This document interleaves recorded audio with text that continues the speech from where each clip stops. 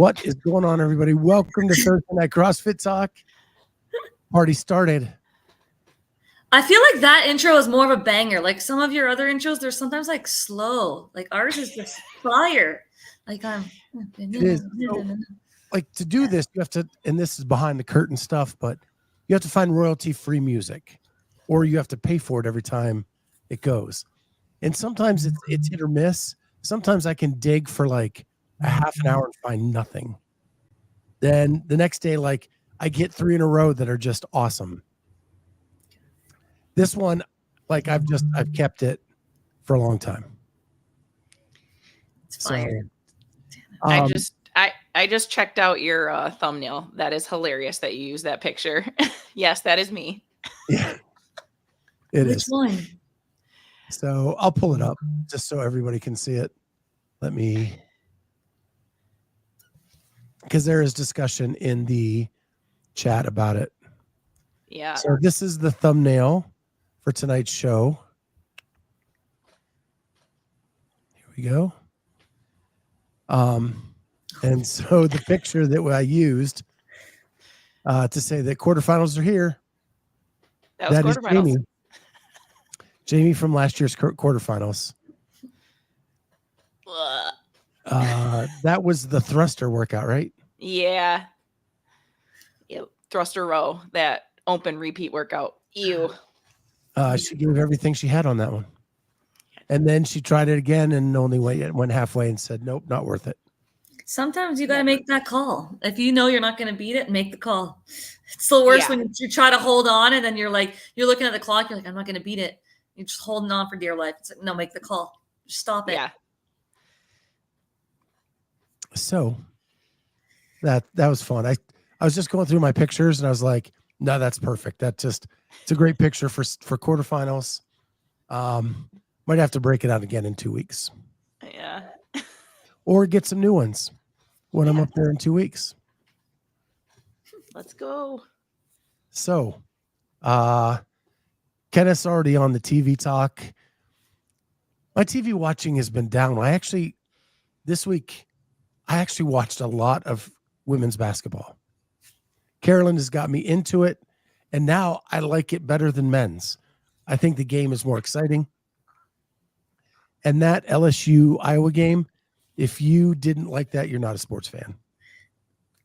They had 12.3 million views on that game. It was awesome. Yeah, it's like more than like any NHL game, more than like the NBA finals of the last few years. Like it did really, really well.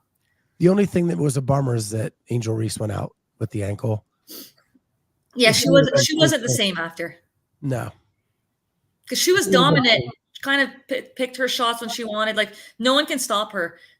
The Iowa like center isn't as big and tall, so like she was having her own there. Yeah, so Kenneth says that's how he feels about CrossFit. He looks forward to the women's competition more than the men. I don't doubt that. I like them both equally. So, I watched that, and then I watched the first Dune again because I want to watch the second one. I've heard great things about it, and I wanted to remember it all. Because my whole family fell asleep during the first one, except for me, and so I watched it alone, and I think I missed out on some details, and I just wanted to watch it again. And it was really good the second time. I'll have to watch that. We watched 3 Body Problem. Have you watched it? No. No? Oh, it's pretty. I feel like it's kind of big right now. I don't know. It's like based on books, very sci-fi-ish. Yeah, I don't know. I feel like you got to be like super smart to grasp that show, but it was very interesting. Yeah, I watched 4 baseball games. I watched the women's tournament games. So I was really sports heavy, and my Pirates started 5-0, which is like for a Pirates fan that like in 1970s was the last time we had a decent team. So Yes, it's the new Netflix series that, like, I think it came out like maybe 2 weeks ago. And it's 6 episodes, I think. So it's not like super long. But I think it's a 3-book series. So there's supposed to be more coming out. Oh, and I did watch Wonka. Oh, I went home and I watched the new Godzilla and Kong movie. How was that? 3D. I liked it. I liked it a lot. Okay. Yeah, I went home. I got to see my family and then watched lots of basketball all weekend. All the women's game. I don't think I watched any of the men's game.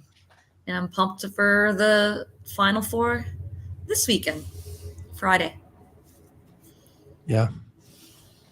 Yeah, the women play Friday night, right? And then the men play over the weekend. Andrew Sten binged the new season of Full Swing. I've heard that's great. I have not watched an episode of it. I may have to figure that out. Same.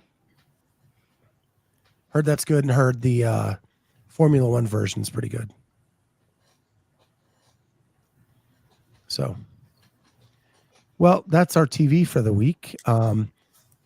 If you guys weren't with us about 2 hours ago, we interviewed Coach Justin Cotler. In addition to talking about his athletes for this season and having a female and a male both poised to possibly podium, we talked about his reactions to the Danielle Brandon documentary. And I think he was very open and transparent with us during that interview. If you have not seen it, it's our show, but I highly suggest you pick that up. Holly, our stats person, has been so awesome to make chapters for our shows over the last week and a half. I had noticed that. It's fun. Awesome. It's all chaptered up. If you only have time to jump to the Justin part, it's chaptered up and you can do that. And thank you to Holly Dugan, the best stats person in the business and such a huge help to me in the show. So,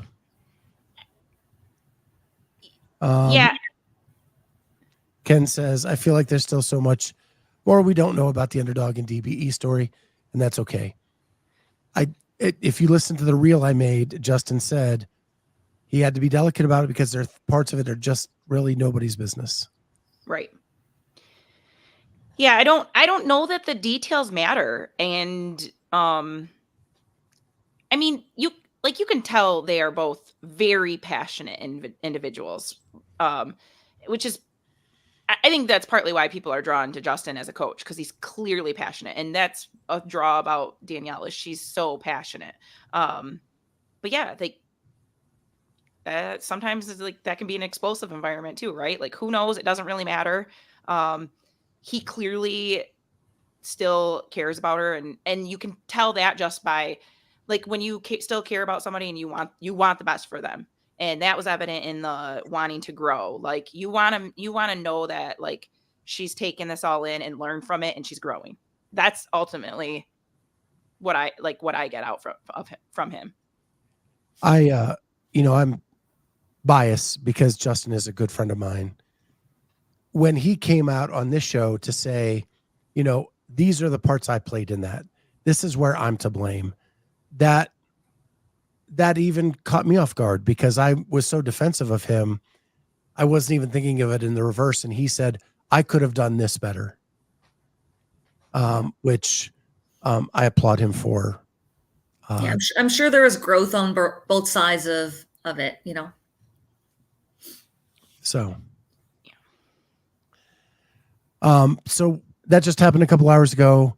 I got a reel out. Go check it out. Go check out the documentary. Or not the documentary. Wait, check that out too. Check it all out. But the episode is 789, I think. And yeah, it's all chaptered up. So go check it out. Plus, it's a good interview about the teams because he was in the middle of that today. And after the DB thing he talked about Ricky and Alex and all his other athletes. And then we actually opened it up to chat questions for the last 10 minutes or so, and just I tried to get it to be rapid fire. I don't think you'll ever get there with Justin. But we tried. We tried. That's all right. So team quarterfinal workouts were released yesterday. I'm sure you guys have had some time to digest that. The kind of the universal sentiment seems to be meh or fine. What are your impressions? Or if you're Taylor, he hates it. He thinks they're all repetitive and just not creative enough. I kind of went over this on the interview with Justin. I think it's just different for teams, like, especially because you aren't establishing your team. I think maybe they could revamp how they do things, and you can only register 6 in the open. And then what you test in the open is relevant and transfers through. But as it stands, you could have used anyone's score. And I feel like you almost have to retest some of those things that you just tested to make sure the 4 that you're going to put on the floor can actually put up scores for those workouts. Yeah. My favorite of the workouts is the first one, and I'll pull that up. And what's disappointing to me, and this happens every year, is that the workout I want to see can't be seen because it's a quarterfinal workout. Yeah. Right? Like this, every time they've done these where it's fatigue the body and then do max this, I think that would be fun to watch, especially for a team that's trying to gain popularity. It reduces the number of people on the competition floor for each aspect of the event. Because in this one, is it one female, one male goes, or is it two? Yeah, it's a male and a female paired together. Male, female pair. You go, you do the things synchro, and then you go to max muscle ups, alternating however you wish. I think that the immediacy of trying to get as many muscle ups as you can would be fun to watch. Mm-hmm. And then they get a little bit of rest, and then they get to do it again. So it's this like over and over again. Well, how much will they fatigue? And we never get to see those. They're always in these like last chance qualifiers or these quarterfinal events that unless you go to someone's gym, you're not going to see it. Yeah, I agree.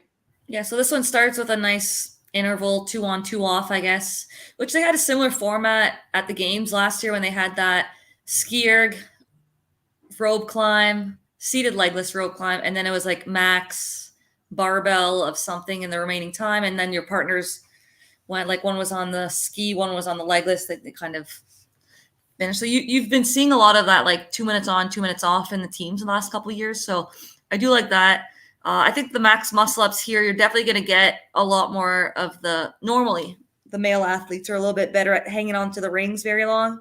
So if you have someone on your team that's just a stud on the rings, I mean, let's say you have, 10 and 10, you're looking at 30 seconds, 45 seconds. Let's say you have at least a minute on the rings, if not maybe a minute 10, a minute 15 on the rings. Like some people could stay on the rings pretty long. And then it becomes, are they allowed to have two sets of rings at 2 different heights, or does it have to be 1 set? Because having to slow those down for your partner, like that could be a factor.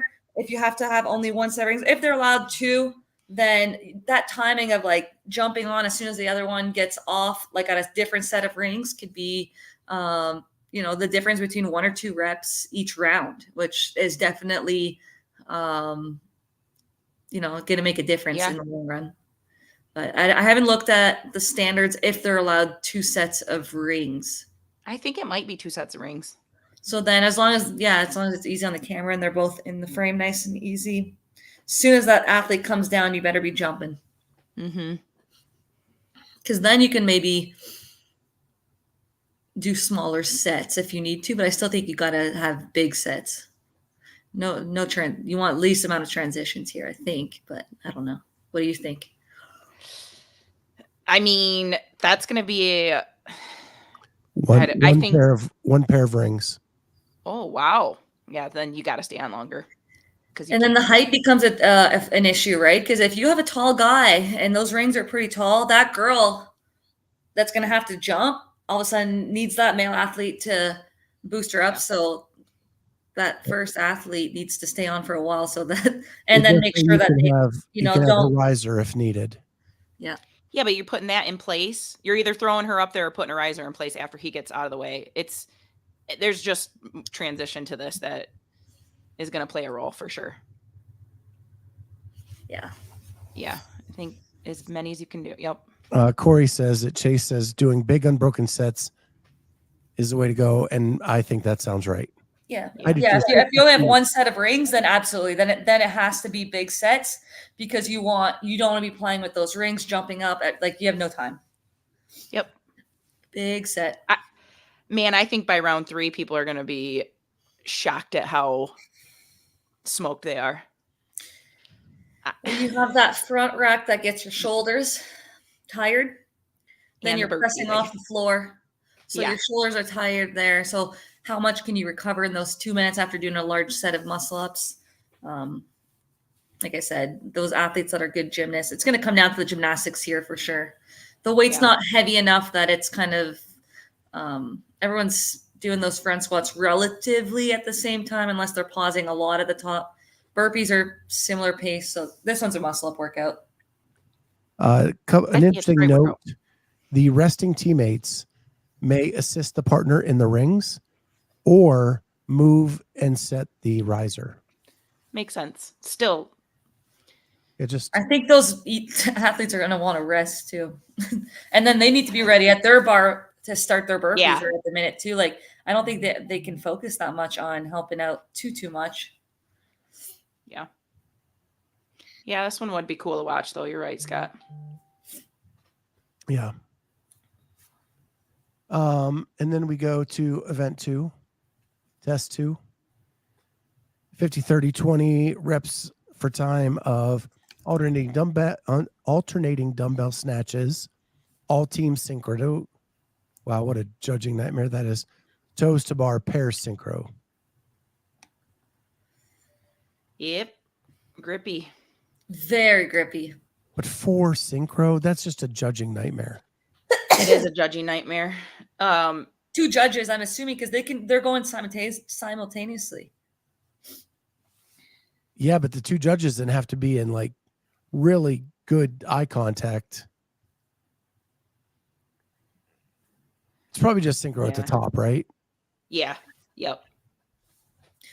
Yeah, for the dumbbell snatchers, it's just synchro at the top, but the toes to bars, you have 1 judge for 1 pair and then 1 judge for the other pair. Yeah, that makes sense. That's fine. Yeah. It's when they're all 4 going. Do you have to accumulate the amount of reps together, or it has to be split evenly? For the toes to bars. Carolyne. I'm going back to the thingy notes. I'm getting there. I would assume prepared for all your questions. I'm looking at the flow of the workout. So 30 pair, so 30 toes, 50 toes to bars synchronized. In 2 pairs, each pair completes 50 synchro toes to bar. So each pair completes 50. Yeah. So you're basically done on your weakest pair. You have to wait before you get back to the snatch until that last pair is done their toes to bars. So if you have one group that's much better at their toes to bars, like they don't need to go that fast because they're going to be waiting anyways for the limiting factor of the. Yeah. All 4 accumulate the dumbbells at the same time. Yeah. And then the pairs each. So it's each doing 50. Yeah. But are they up on the bar at the same time? Yes. Oh, so all 4 on the bar, just somebody needs to watch 2 judges. Yeah, you have 1 judge, another judge. Once they're both done there, then they kind of meet back up and do their snatches, which I kind of like that format. It's kind of cool. You see that in competition. You don't see it online very often. I like it. I do like it. I know a lot of people, it does suck that you're at your lowest man's capability, but honestly, I feel like that's the case sometimes, and we can't always hide your weakest link. Like, we need to see who that is, where that is, and yeah, and on the toes bar, this was a note in there. You don't need to keep the same pairs for every set. Okay. So I think you have to keep them the same for 50. Sure. But when Yep. you go to 30, you can switch. Would you? Switch again. I don't know. You would would you put your 2 weakest ones together that they can go on a slower pace, or do you put a strong? Does it matter? You're basically just off your weakest athlete there in that specific. They might not be your weakness, but in that movement, I don't know. I'd probably put. I would maybe do a strong, your strongest with your weakest in this one, and then maybe swap pairs later. It's not gonna matter. That slowest it doesn't person. matter. It's just on if that person wants to be encouraged by someone, or kind of depends on the personality maybe that you're with and the timing of the toast I guess. Who you time better that you don't get any no reps. Right. And usually you're better if you're really good at toe to bar. You can hold or make sure that it's synchro. Yeah, so you would go. So then you would go with your top one, that they can adjust to your timing, and you're making sure every rep that person's doing, you're making it count. Yeah, I like this one. All right, personally, but test 3. I was surprised with this one. Female pairs. For time, pair 1, followed by pair 2. 500-meter row, 50 handstand push-ups. 1 station switch is needed, 50 synchro wall ball shots. Then pair 1, followed by pair 2. Back through. Yep. The one comment Justin made on our show is that kipping handstand push-ups are too easy at this level. That's what I'm surprised with this one is we haven't seen kipping handstand push-ups in a very long time. I feel like it's been basically strict wall facing now. If there's deficit, then I think you'll see kipping a lot, whether it's a parallel or on a plate, you'll see the kipping there. But to a flat floor, 50, a lot of athletes at that level, especially the top athletes, are able to kip 50. Some of them can do strict almost 50. I can't, but Yep, strict would have been better. Yeah, that was. Or like Justin said, deficit. Mm-hmm.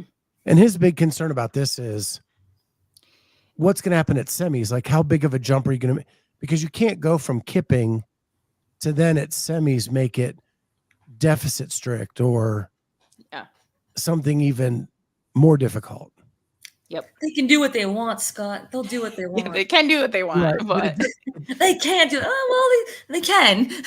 You've seen them do it before. They'll just throw whatever. And yes, there will be people standing around unable to do the movement at semis. It happens every year, especially in certain regions. But even in East and West, there are teams that make it to semifinals that cannot do. I mean, there was teams at semis last year that couldn't do strict the wall facing handstand push-ups. They just couldn't do it. One of their teammates would get there, and everyone had to do it, and so they would just be stuck there. So Kenneth asks, why can't you? Corey kind of asks the same thing, and that's the key. Then you're putting the wrong people through, and then when you up the game at semis to something way more skillful, then there's a lot of people who can't do it, and you have just people standing around. And then you wonder why nobody goes to semis to watch the teams, because you get a lot of. Well, when you say, doesn't it just make it a race capacity thing? Well, it makes it a race, not a capacity thing. It would need to be like another 2 more rounds of this to even approach the capacity thing. It is a race, and it's going to be by seconds. And that's just kind of silly. There needs to be a little bit of separation. The synchro wall balls. I mean, if there's teams breaking that, I guess, then maybe there. Even, I don't know. That's going to be even if you go 30-20 or 35-15, like it's a drop and a go. Like, I don't know. There's just you'll still see some separation. I think. I just think it's not. We see it every year where people get through to semis, that have no business being there. Yep. And that's what we should be trying to eliminate. And we're really getting a conflict of interest now because we're being inclusive with quarters for the 25%. But yet it's not going to help. That's not going to help make sure we get the right people to semis. Yeah. So a couple years ago, we had the ball to the 10-foot target for the females, right? And now we're back at the 9-foot target. So that's also another point there. Yeah, that really surprises me. Because I thought like open, okay, 9, sure. And then I thought in my head, people that are going to the quarterfinals, females train to the 10. The only time I'll go to the 9 is the odd time I'll do 20. I'll alternate between doing 20 pounds to 9 and doing 20 pounds to 10 sometimes too. But for the most part, I think, I mean, we are shorter. So Yeah. it's okay. But this one's easier to judge the video than the previous one. Like the previous one, if you're video reviewing that on the toaster bars, you got to watch a whole set of of these two pairs. Then you got to rewind it again and watch the same set, but now you got to look at the other two. Right? Because yeah. Like that's got to be hard on the judges or just time consuming, that last one. Or the second one that we just went over. Yep. Then we finish up with, again, female, male pairs. As many reps as possible in 15 minutes of 30 deadlifts. Then the males come in and do 30 deadlifts. Then 30 shouldered overhead. Then 30 shouldered overhead. And you keep going. You just keep going for 15 minutes. I love it. This is their strength one a little bit. Yeah. I mean, 15 minutes is a long time to do this. I think there's going to be some what's separation. What's the weight on the here. shoulder to overhead? Is it 125? Oh, there you go, 125, 85. Yeah. Well, I was just looking at the first column. 85.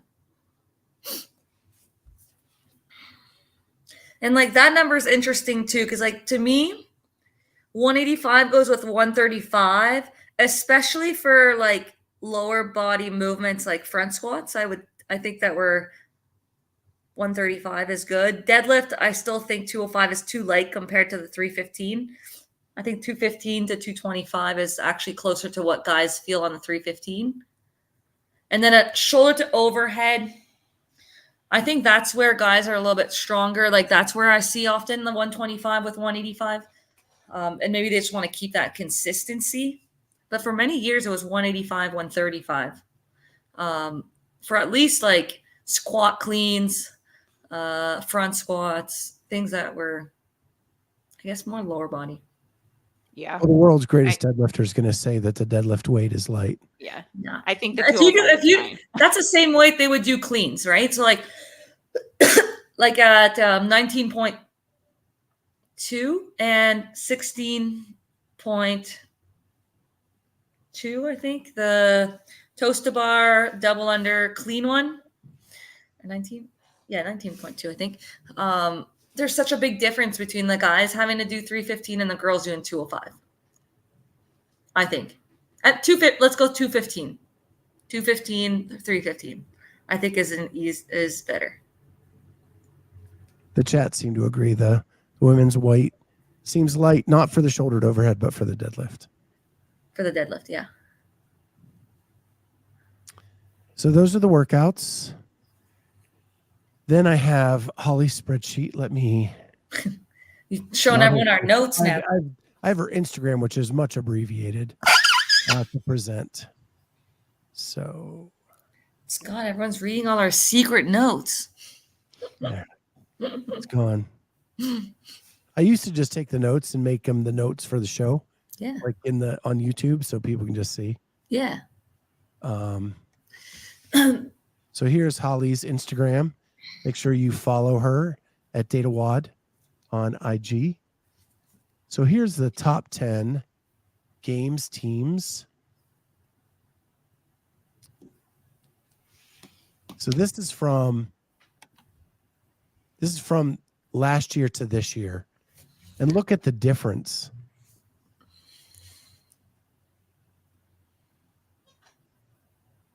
Like there's a whole Like bunch that teams don't even have teams.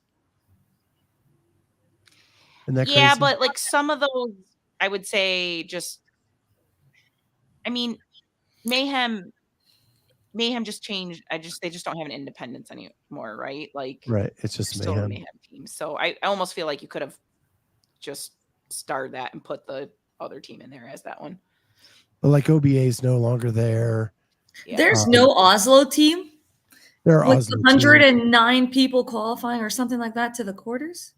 There are just I don't think they just didn't name it like that. But sometimes when you get a podium win, and you don't feel like you have a competitive team to really have that name, sometimes you just switch the team name. Yeah, it's like Mayhem Freedom, right? Like I don't think that Rich is going to put that name unless there's going to be a competitive team that could like actually. I think I heard under that name. Like I think that there's pride in that particular name and there's history there. Yeah, I think he said it's retired. Yeah, that was going to be the ones that he was on. Okay, right. So she did a lot of stuff. Here's the movements for year over year. Try to blow it up a little. Just to see if there's been any.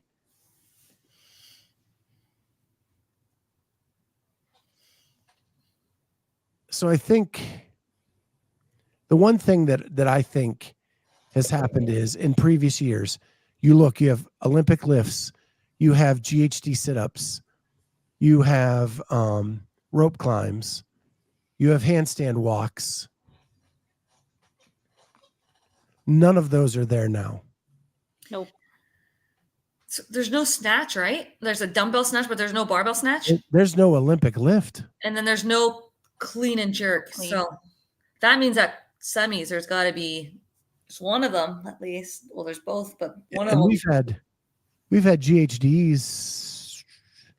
I'm glad to not see that though. GHDs and rope climbs. I'm bummed. I love both of those. Yeah.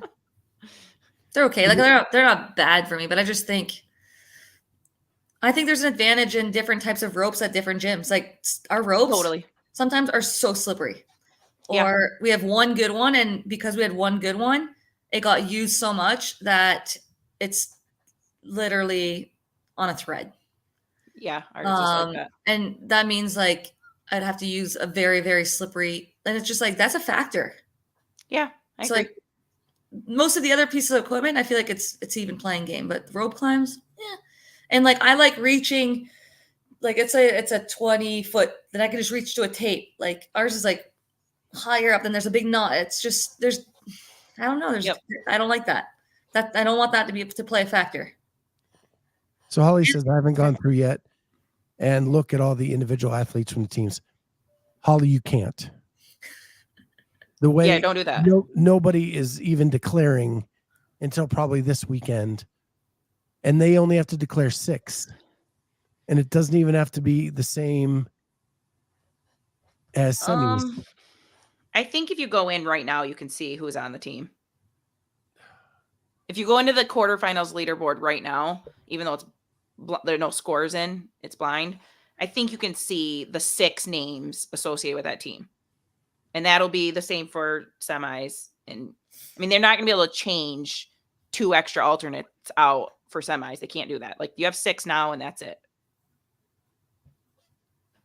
So she could go in now and look at the leaderboard of the teams that have signed up for quarterfinals and narrow it down. Yeah. But Holly puts out great stuff. She collaborates with me on most. So you can either check it out at DataWOD on Instagram or Clydesdale Media and check all that stuff out. She's been working very hard these last couple weeks. So now I got to go back to my notes, my top secret notes. So I have a question. This was brought up by James Hobart in Death By, and it just struck me that he hates Synchro, and he's just he's over it.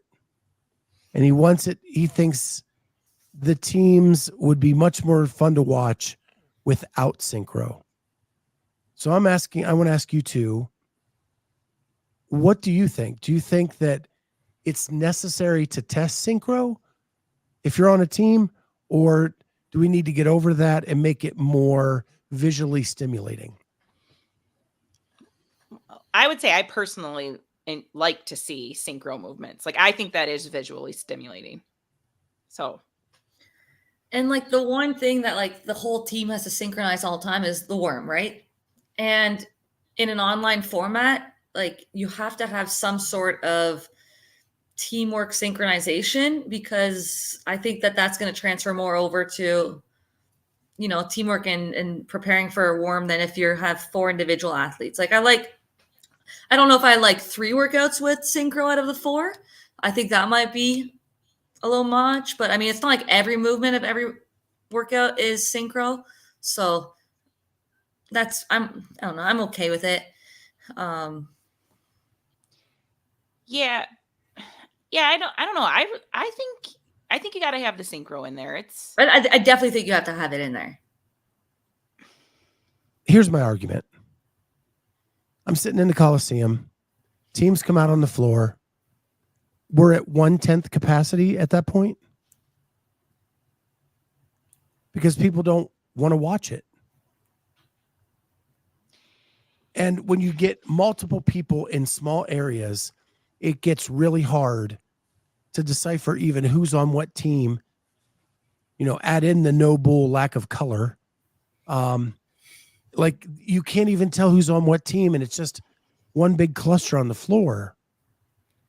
Do we need to rethink what the team competition is to make it more fan friendly? Teams of 2. Teams of 3. So 3 girls, 3 guys, or teams of 2.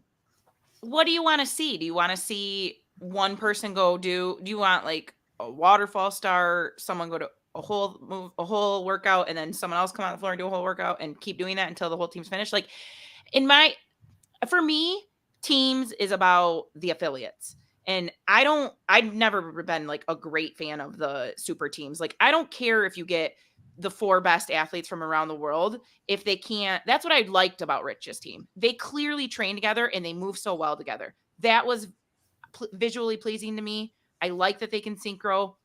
I don't want super teams. I want people that work together day in and day out and move well together. That's cool to me. But I might be in the minority. No, I like the synchro. I mean, I think it's easier to see 2 people working at once and see the synchronization than a cluster F of people just running back and forth, tagging this, that, and you're like, oh my God, which lane am I looking at? Everyone's moving everywhere. Like, I actually think synchro, you're working and you can actually, there's more people working at the same thing. So it's actually easier to see than a bunch of people at different places or waiting. But yeah. I still think a mixture of everything. Like, you can have one waterfall, you can have one synchro, you can have one that's here's a chipper and split it up how you want. Now there's like some strategy that you can work on your strengths and weaknesses. Like, I think a little bit of each style of team workouts is nice. Interval style, or you go, I go type thing. So I think maybe we're keeping it too much inside the box. What I'm thinking is, you're a team, right? You need to accomplish a goal together as a team. It doesn't need to be synchro. Like, you have this barbell and you have to get it down the floor and you have to do so much of this, move it forward, so much of that, move it forward, so much of this. As a team, figure it out. Like, you've got to get this thing done, this amount of work done. Like, we don't see any of this stuff. Like, I harken back to the bob, right? Remember when they had to move the bob, do so many pull-ups on the bob, do so much of this. Then you had to slide the bob to the next station, get this amount of work done. The best event was last year with the bob and that rope and pulling, and then you go on your run. You had this, you were carrying the sandbags to the bob. But do you remember the big over under the logs? Like, that was teamwork. That was fun. but they had the Big Bob where they had pull-up bars, and it had like you could do a lot of stuff on it. But you can't do that in the quarterfinals. Right. I'm saying like, you like those events. I still think that like eventually I think they're going to move to a 3 or a 2 player team. I think maybe eventually. Yeah, I think for the simplify, like it's just easier on the eyes than I think the worm is boring as hell to watch. I'm done. Like I am over the worm. Even the earthworm. Now that is not that I would. I got freaking catapulted. I would watch that in a heartbeat. But the conventional worm, I've seen it too many times. It's a crutch for the team competition, and it takes up so much space you can't see from lane to lane to lane. My opinion. There it is. All right. Andrew doesn't like mine. Andrew thinks that smaller teams would be even less exciting. I don't know. I think you put two strong guys together, two good girls together, and it's just like three teams of 3 like Wodapalooza. Like those are exciting. Like I think they're good for like special events like Wodapalooza. Exhibition. Yeah, like that's cool. Like I just don't think that needs to be a games. You guys are defending it, but nobody's watching it. I watch the teams. I don't know what you're talking about. You and 3 other people. I also watched the Masters. I was invested last year because I got to test them. So I was like, "Ooh, how are they going to do on this workout?" But normally, I was in there watching. I watched when Rich. I watched because of Rich. But there's only so many of us nerds around. Oh, we got to find more fellow nerds. We ain't finding more nerds.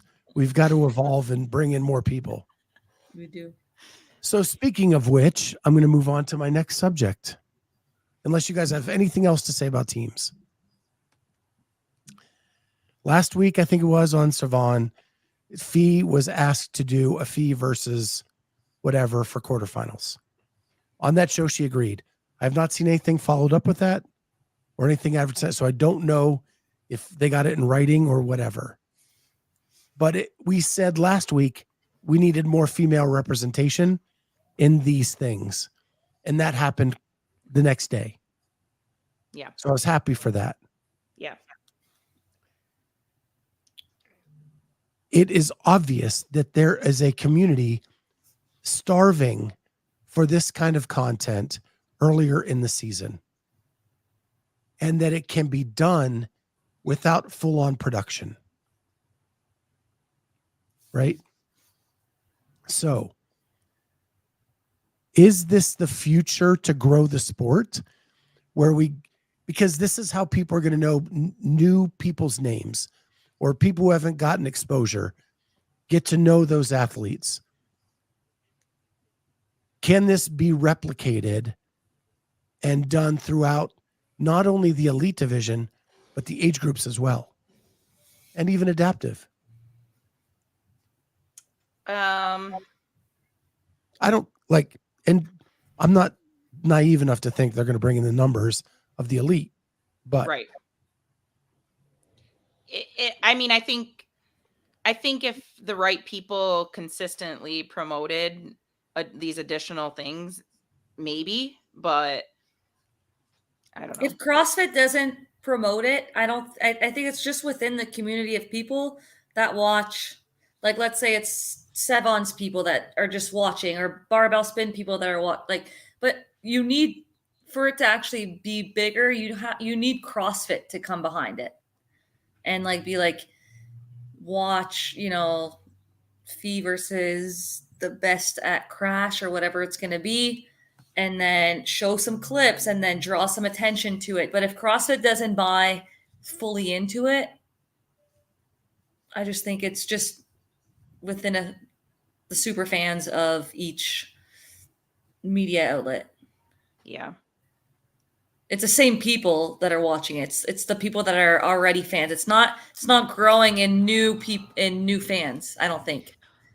Well, it could be if it's like a road to the games type thing and you're following that athlete, like if Taylor does, the quarterfinals, and then you're kind of following his whole season. You're getting a glimpse of him just I doing think what it changes is for those outside the community, if you want them to see one 15-minute contest, it's going to be a lot easier to grab their attention for 15 minutes than 4 days. Agreed.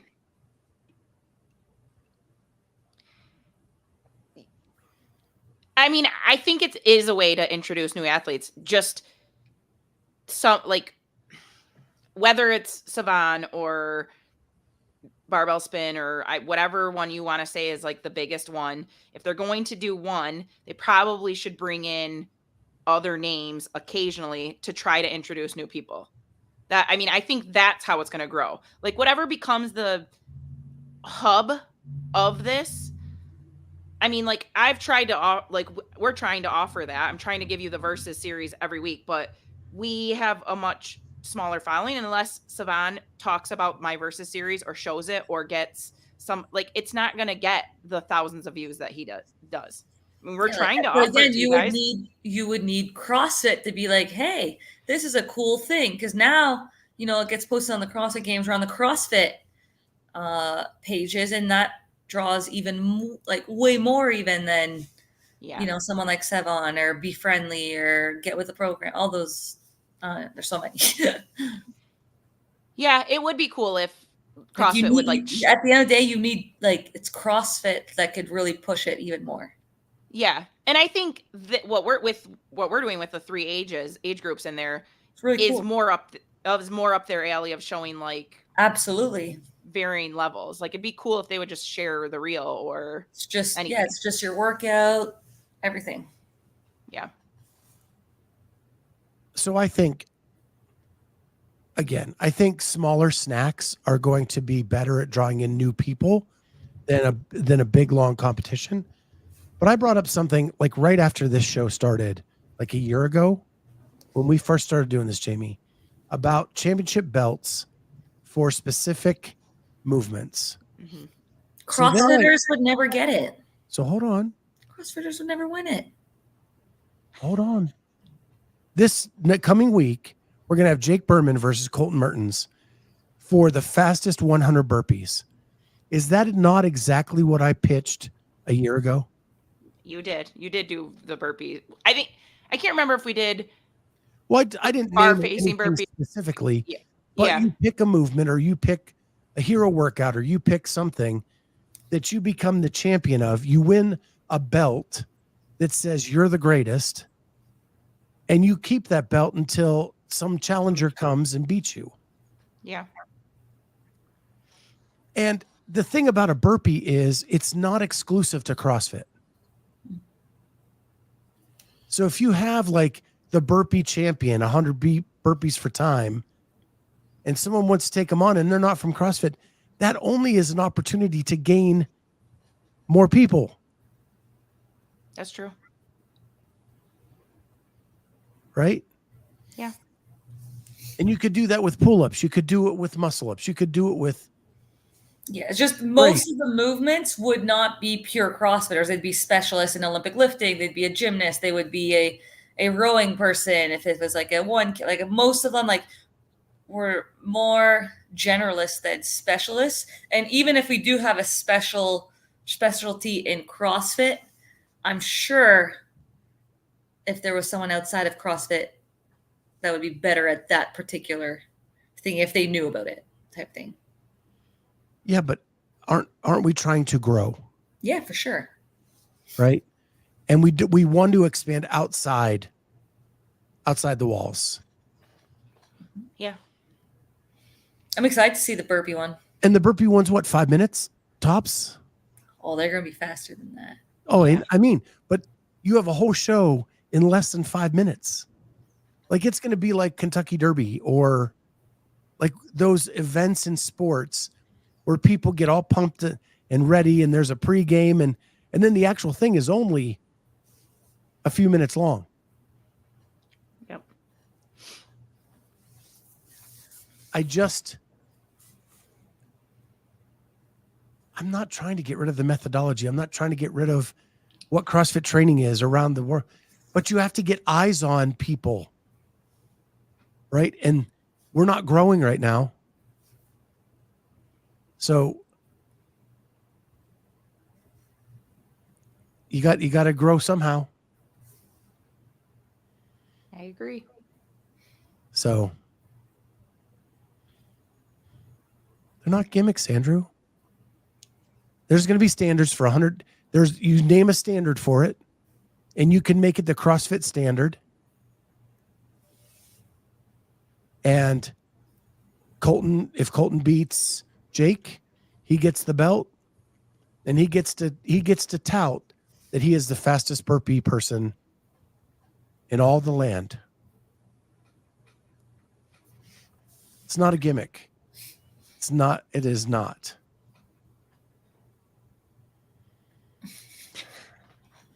I mean, if you want to die on that hill with the 6 people that are watching the CrossFit Games in 6 years, would you be more behind like a Fran championship of the world, Diane championship of the world? Like, would you be more behind that, some of the benchmarks? I'm okay with any of it. Anything that gets eyes on the sport and is short enough that it doesn't take away from someone's training. I love that he is bringing Tim Murray in. Like, I like that it's giving the adaptives some exposure. A platform. Yeah, I like the fact that like we get to see an adaptive athlete, do the same, and it gives us a perspective of the fittest in that division last year. Him and they tied, but they, you get to see what type of scores they have, if it's compatible in this particular movement. Like that's exciting. I think that he should have went over just a barbell on the ground, no weights, just the barbell laying on the ground, or somehow like measure it, like what distance is it from? I don't know. It would maybe be too complicated from the knee. Like what is it for Colton, whatever, and just kind of adjust it for him to the same type of distance. So Kevin Ogar was brought in to say, what is the scale? And he said just a straight burpee, but Tim Murray is still going to do over a bar. I think it should be over a bar, but I think it should be over a empty barbell. So he's still going back and forth. He just isn't that hop is going to take it out of him, I think. But yeah, out of the legs. Yeah, that's high for him. Like, that's what I'm saying. Like, is there a way to maybe put 5 or 10 pound metal plates where it's just a little bit lower, but not quite to the ground type thing, like maybe halfway, like some of the people did.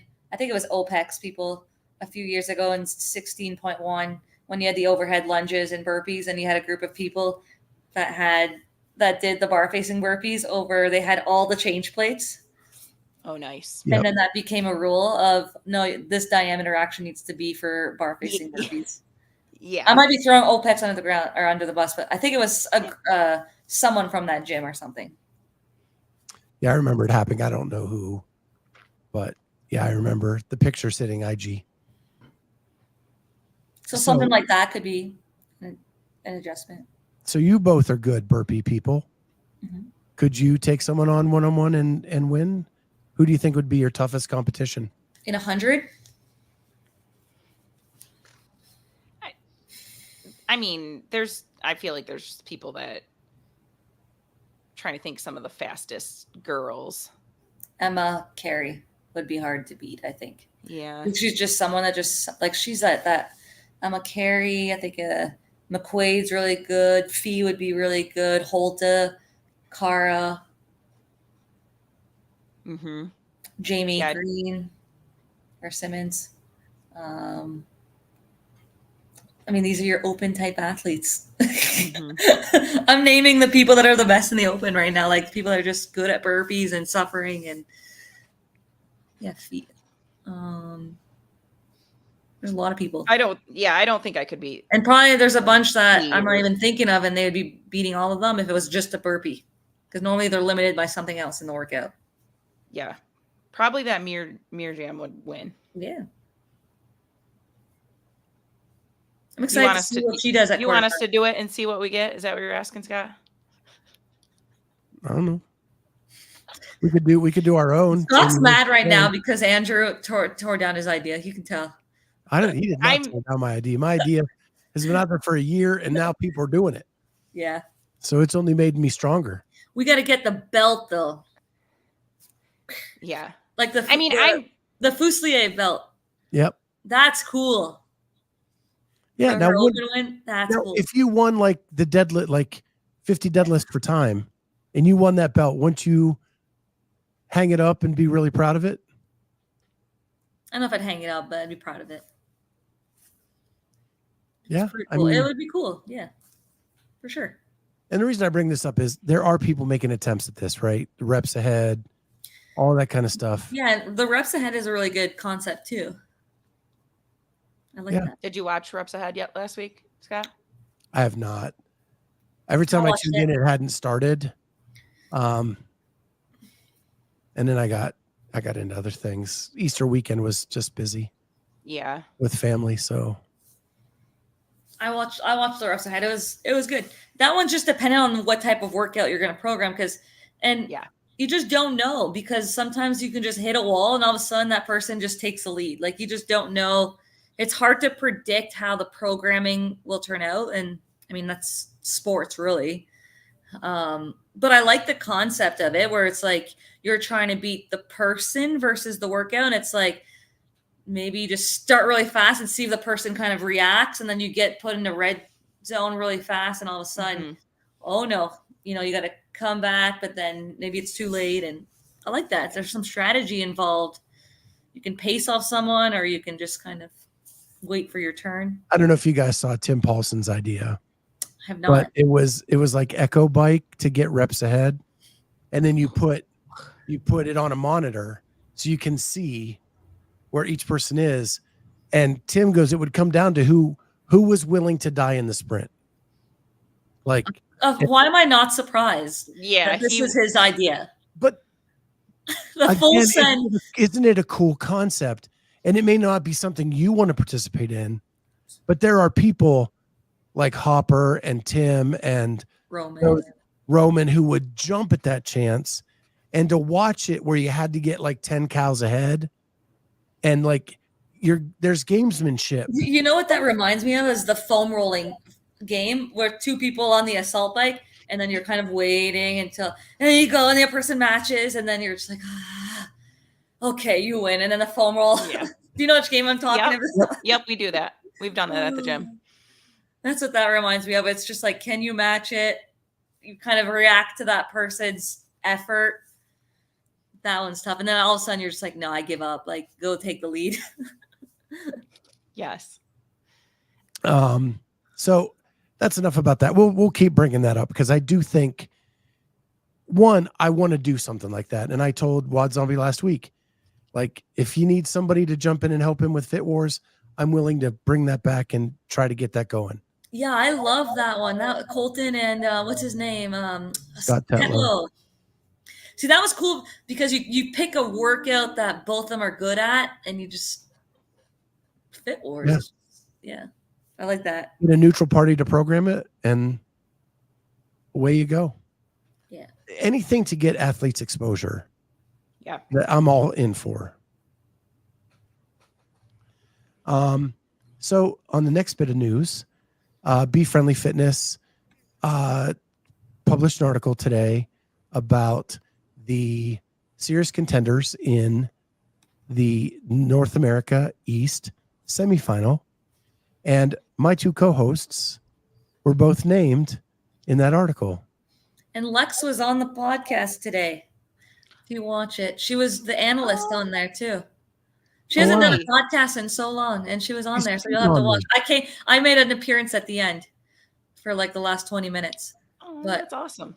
She was the one breaking down like a lot of the athletes for the females. So you'll have to watch it. I'm mad. She jealous. Crushed it. So, and she gave 2 or 3 shout outs to Clydesdale too, by the way.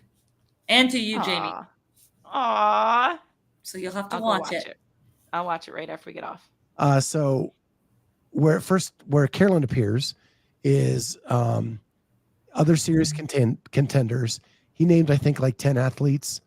And then you jump into the next group with Annika Greer, Jordan Sweck. That's not how you pronounce it. Chefs. Doesn't even look like that at all. Brooke Wells, and then Carolyne, Ashley Wozni, Lydia Fish, Bailey Rail, Freya Moosberger, Brittany Weiss, and Haley Adams. All games experience that have been either team, very, very close, or bubble type games athletes, I would say, in that group that you just company there. It's good company. And so, yeah, you're in good company. And then under the category of Masters contingency, Jamie is named. And actually, I think one of the things he points out is with the age group workouts being the same as individual this year, there's a real possibility that a couple of these incredibly impressive athletes could be in contention for a coveted top 40 spot.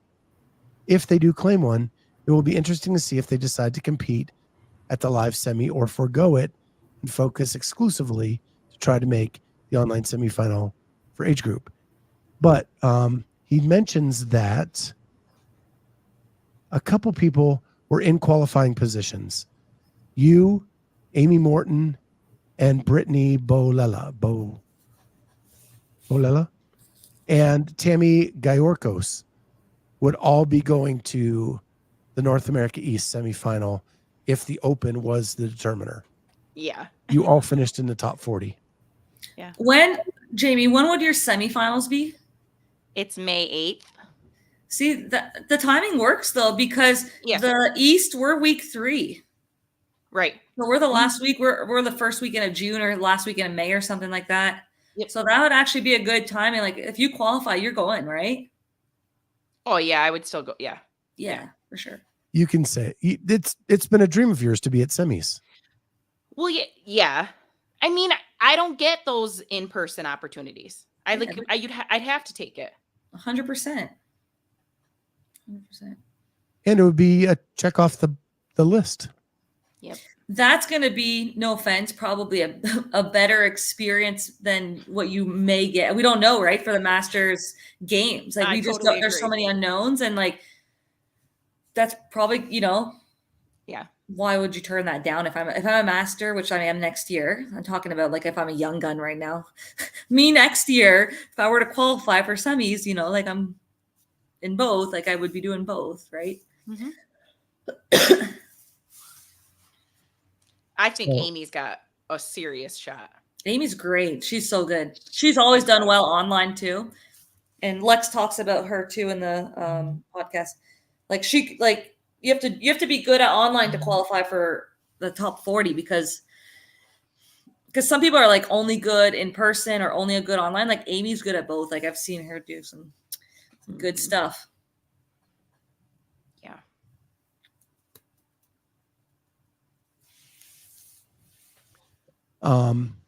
So then first, I'm proud of both of you. That's awesome. Thank you. I can't wait till North America East. I think whether we get sponsors or not, my wife wants to go to Knoxville. So I think we're going to at least that semifinal for sure. And I did put in for my credential. Where is it? It's in Knoxville, Tennessee. Knoxville. Is that close to Nashville? What's the closest airport? Couple hours. Is there an airport in Knoxville? Knoxville has an airport. So that's where I have to, if I qualify. So then we have the Spin 25 poll was released today. And I'll share my screen. None of my picks made it. I don't know what happened. Made it, just not in that order. Yeah. I neither. And this just came out this afternoon. So I did not look at it super close. But I will try to blow this up. I have not seen it. Ricky in first. What? So Ricky at 1, Adler at 2, Krenikoff at 3, Vellner 4, Pepper 5. Then Fikowski, Medeiros, Crouch, Jukic, and Koski. What comp has Ricky done in the off season besides Rogue? He did Wodapalooza. Did he win Wodapalooza? He did. He's been in first since Wodapalooza. He's been in first on the poll. So he hasn't moved. So I took a screenshot of my picks so I'd have them. So I actually had Adler first. Adler first. I actually had Dallin Pepper second, Vellner third, Ricky fourth, Jay Crouch fifth. I like that pick. Saxon sixth, Roman seventh, Medeiros eighth, Koski ninth, Hosta 10th. But I'm a little worried about Hosta just getting to semis. I know. If he can get there, I think we're okay. Yeah, I didn't print. I only took a screenshot of my girls because I didn't have as much movement from the guys, but I think mine lined up a little bit more with yours. I know I had Crouch higher. Yeah, I can't believe Saxon 14th. And he just got hurt last year. Like, why? He's been perennial top 10. He was the top finisher for North America East in the Open, right? Yeah. Mm-hmm. And he only moved up one spot. So. Go back up. I haven't seen this. I want to see. Oh, sorry. Travis Mayer. Guy. Sam Cornoyer. Bill Leahy. How did he do in the Open? 36th. Is that what that middle number is? No, that's his total points of people voting. Oh, they don't show the Open placement. It just shows how they finished in the games, which he has a dash. And then others receiving votes: Hatfield, Self, Hoffer. Here comes the influence of all of the all the media stuff, like the Hiller effect for Bill Leahy, the Taylor versus the world with this stuff. There's been a lot of hype, right? On all of these athletes. They've been popping up a lot on my news feeds. Taylor, I'm curious about. He's so fit.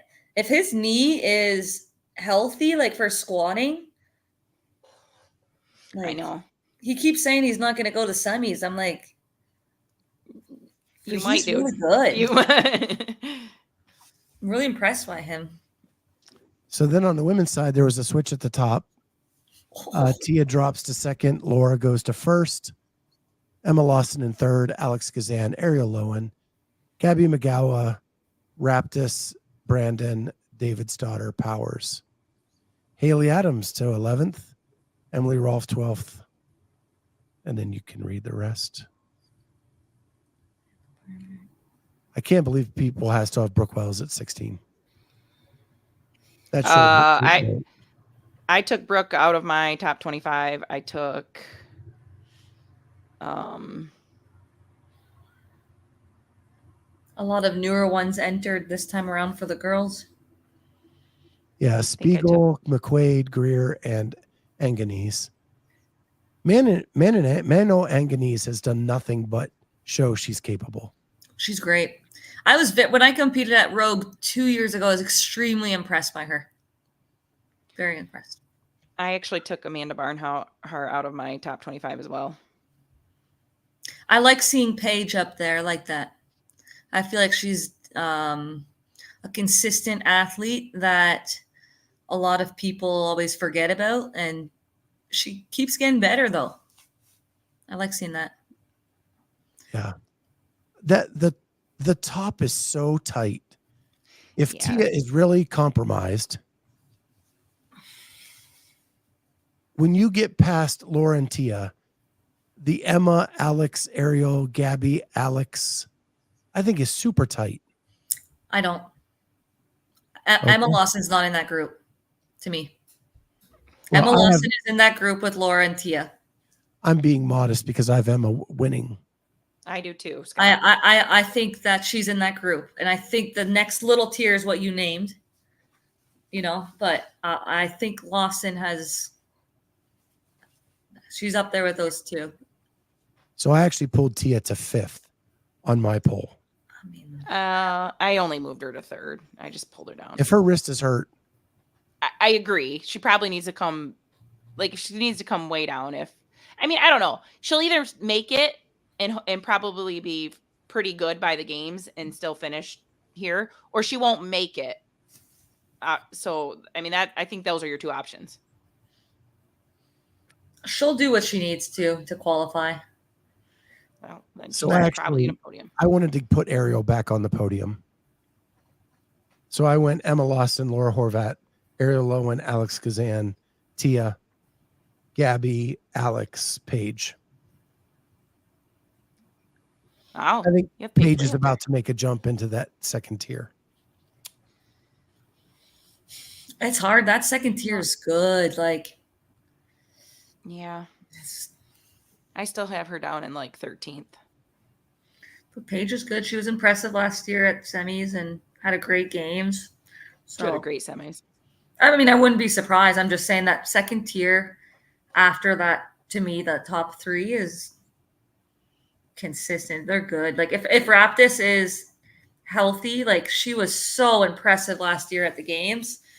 Had the leader's jersey for multiple events. She really only struggled with the sandbag 2 events, the log over, and then the squat cleans with it. Or the squat cleans, the squats with the sandbag.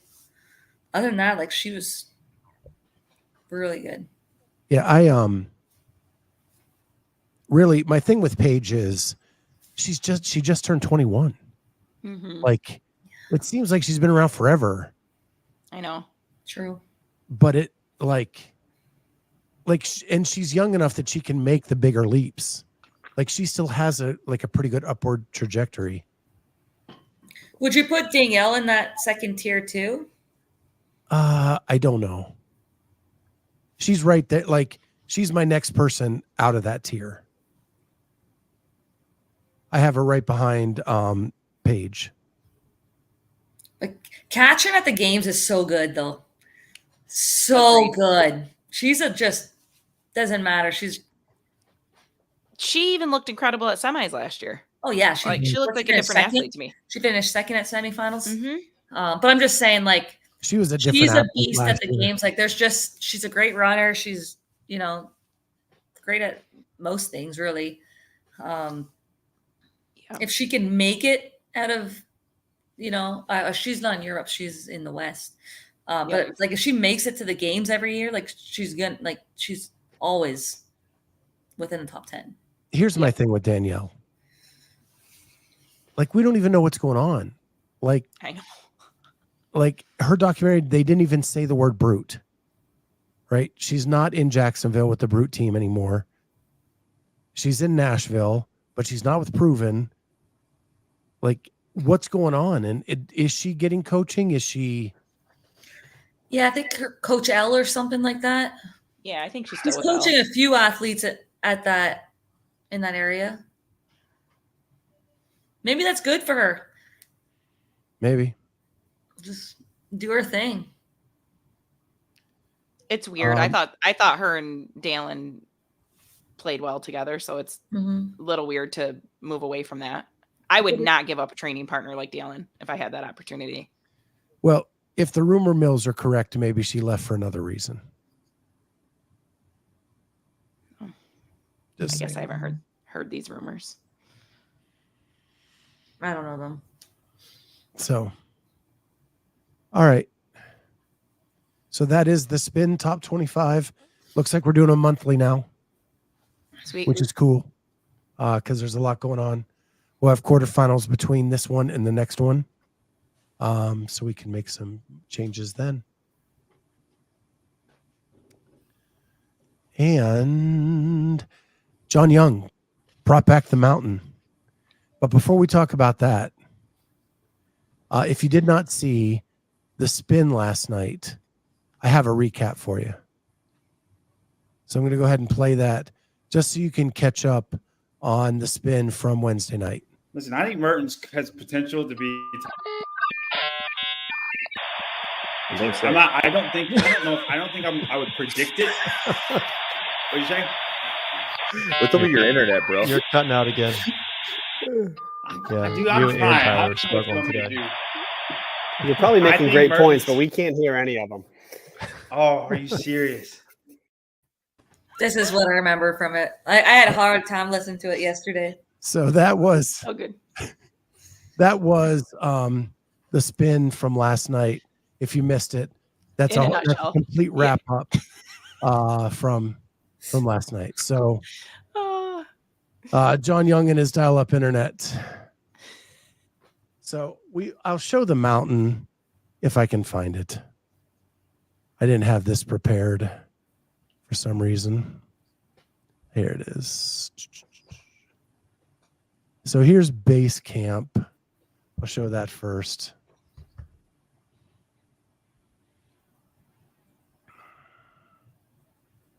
Sure, I will. Here we go. All right. So this is what he has for base camp now. Again, this is from the spin from last night. At the top tier, he has Sprague, Luckett, Mayer, Cornwall, and Farlow. And then underneath that, Walton, Hatfield, Powers, and Barnett. Barnett. He has Paige Powers. Barnhart. Did you say Barnett?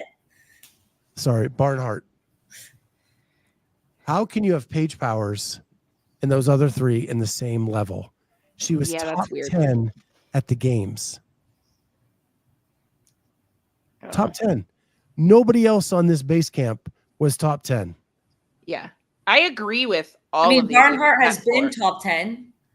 Yeah, but I agree She had with a bad Barnhart. season Barnhart. last year, but like normally Barnhart isn't this low if she's healthy. Healthy. Right. Like this is low for Barnhart and Paige, right? Like it's I took Barnhart off of my top 25. yeah. I mean, I don't think but she'll there's even make it. information for her injury, but I'm just saying like regularly, right? Like this would be low for both of them. Yes. Yeah. Paige do has agree done with nothing her to be injury. there. She shouldn't be low like that. I have Farlow a little bit higher than that in my book, but I can see this. I'm okay with that. I'm okay with Mayor there.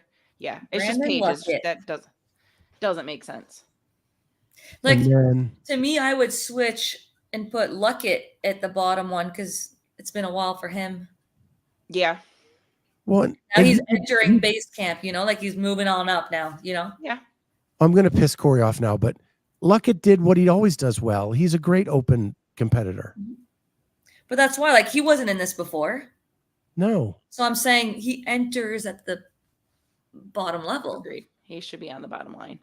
But he wasn't in it before, and he hasn't really done anything new, in my opinion, to garner moving on.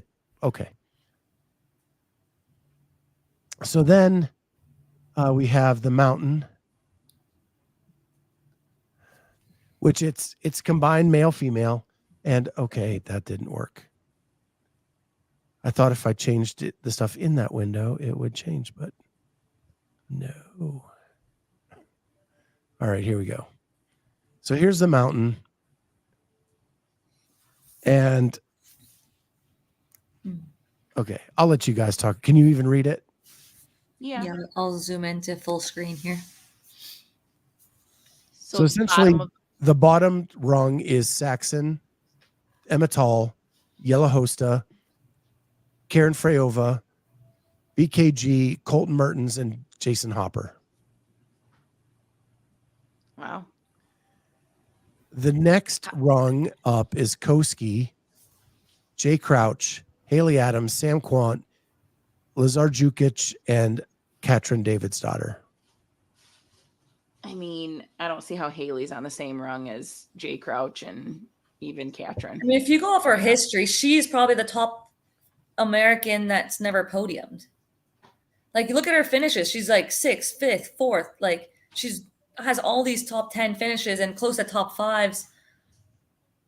If she could be at that level, she would be there. We just don't know. There's a lot of unknown for her. Exactly. And until we see her. This is, like he keeps saying, this is just the 2024 games. I don't know enough about Haley yet for her to be up here. Correct. That's what I'm saying. Paige Powers deserves to be there and Haley down at base camp. I would agree with you there. I would say, let's see where you're at, Haley. Off of what we know, yeah, she's right. Like, I would even place her higher for where she normally is. I think she's in that tier with that second tier that we talked about. If she's back to where she was, she's in that second tier, 100%. So then the next tier up is Fikowski, Medeiros, Pepper, Brandon, Raptis. Why are we shitting on Medeiros after one bad year? I mean, I just sort of think where'd you put him? You put him in like 7th, right? Yeah, I'm lumping myself into it. Oh, I mean, I just think the men around him have gotten. You got people like Ricky who got injured and didn't make it to the games. Like if you really truly believe Ricky's up there, somebody's got to drop. Now, the next row is where I have a big problem. Fikowski's pretty low, I think. Who's that? Fikowski. Yeah, I think Pepper's low. Yeah, Pepper's been doing really well. That whole row's really good, though. It's hard to know. Like it. So then the next level, it's Lawson, Gazan, Magawa, and Lowen. We talked about it earlier. Lawson is on a new level. I'd put Lawson on the next one. Yeah, Roman needs to come down and Lawson needs to go up. Roman hasn't done Roman Rogue Invitational. I don't know if he was fully recovered, but I was like, okay. And then Wadapalooza, he was there as well, right? Mm-hmm. Yeah, not great. Not great there. Like he was way back, like for most of the competition. Correct. So that's where what we know from him. Adler is too low. Krennikov is too high. I think Pat Vellner's just right. Yep. I would put Adler. He has to be on the same level as Gerard or higher. I agree. Ricky's off a shoulder injury. We don't know where he's at. Like John is putting a lot of faith in some injured people or people who took a year off. And then he even said he probably should have moved Toomey down to even with Horvath. Mm-hmm. And he did move Horvath up like a tick. I do see that. Yeah. But I do have to give John Young credit. Like, people make fun of the dude, but everybody knows what the mountain is now. Mm-hmm. And everybody tunes in to see it. Like, good on you, man. I think it's great. I love his intensity. Love it. Keeps us talking. I don't always agree with him, and I want to fight with him. Like if he could hear me, but he's got passion, and you're gonna listen because he's just so loud. No. But I love how everything he says is an absolute. Like there's no doubt, there's no wiggle room, there's no gray. It is. Yeah. So I've got all my notes covered up now. So that's pretty much it for tonight. I do have, so we were going to do a WODZombie show on Sunday night, a new show that we're doing. And it's going to be funny videos and promoting podcasts and all that kind of stuff. I thought you were starting it last Sunday. I was waiting for it last Sunday. I was like, where was it? So I will message you. The whole zombie family got sick. So we had to drop off of it. But what I wanted to do is just share just kind of what it's going to be like. I have some of the videos on my Google Drive, so I'm going to play one or two of them. But gotta find it here. Okay. So the first one is there is a leaked video from the testing of individual quarterfinals. Have you guys seen it? No.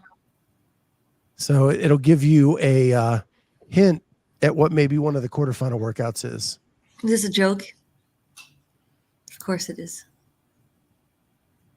It's WODZombie. Jesus.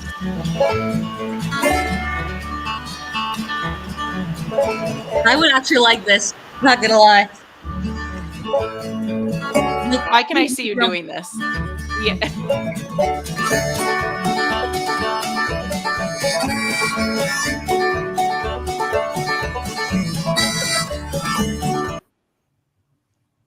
So that is a leaked video. I'm ready for it.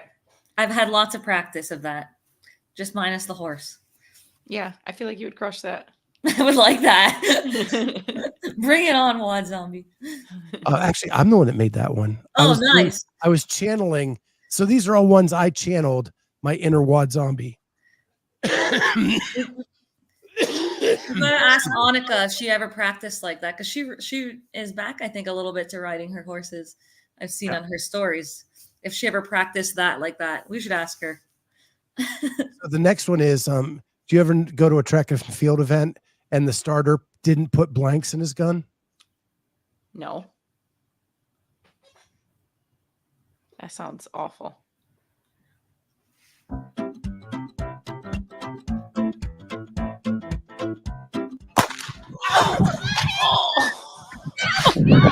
you okay, honey?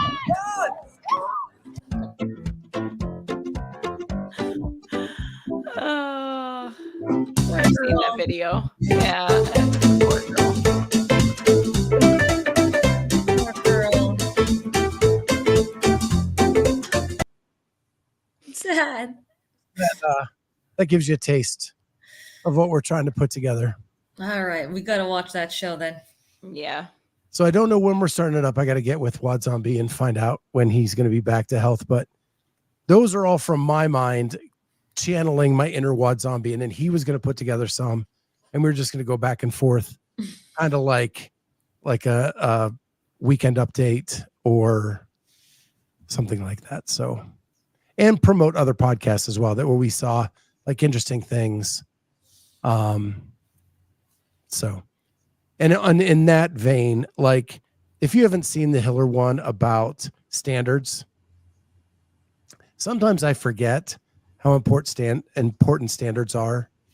When I first started CrossFit as just average Joe, 450 pounder, it was pounded into me, the standards of getting depth and all of the stuff. 3 points of I don't know, whatever that my coaching hat is old and rusty, but having your shoulders above your arms and your hips open and knees locked and all that kind of stuff.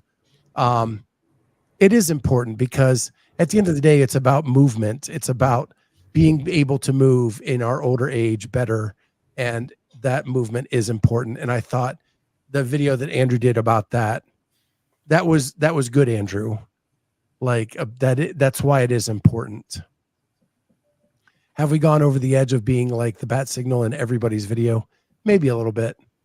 Because I think we have to remember why it is, why the movement standard is important, and not just being mean to people. Yeah. Yeah, the standard's important. I mean, that's how we have to do the sport, right? That's the difference between the sport and the methodology. But the problem is we encourage all of the members to take part in the open, right? And they may not be ready to take on some of those standards. Right. So it's like, yeah, we're proud that they're doing the open, or they're proud of their effort and stuff. And that's the hard line between, you see them day in and day out in the gym, and they are getting fitter in terms of their health and moving, and there's you still have, as a coach, to get them to squat below parallel and put the weight down and teach them. It comes down to the coach, but at the end of the day, I still think that there's a lot of people always in the comments and saying no reps and stuff, and then they're like, oh, my gym, we do it this and I move this, and then you look at their videos and they're just as bad, if not worse. Like, it's just a bunch of you know, and people like even Hiller, right? Who's the king of movement standards, and you know, and then you watch some of his videos and people are on him too because of he puts that bar very high, and then we start looking at angles of videos and all that. But you know, everyone likes to talk the no reps, and then they all act like they move perfectly, and there's no reps for everyone. You know. Well, that's this week's show. Tomorrow we're having Chelsea Nicholas on the show. I think it is at 2:00 Eastern time. Is that the one that was at the games in the Masters and was winning, and then box jumps? Ruptured her Achilles. Mm-hmm. So we've become good friends, and I've been checking in on her throughout her recovery. So we're going to update that recovery and where she is. I know she's back in the gym going hard. So she is. So excited to see where she is with all that.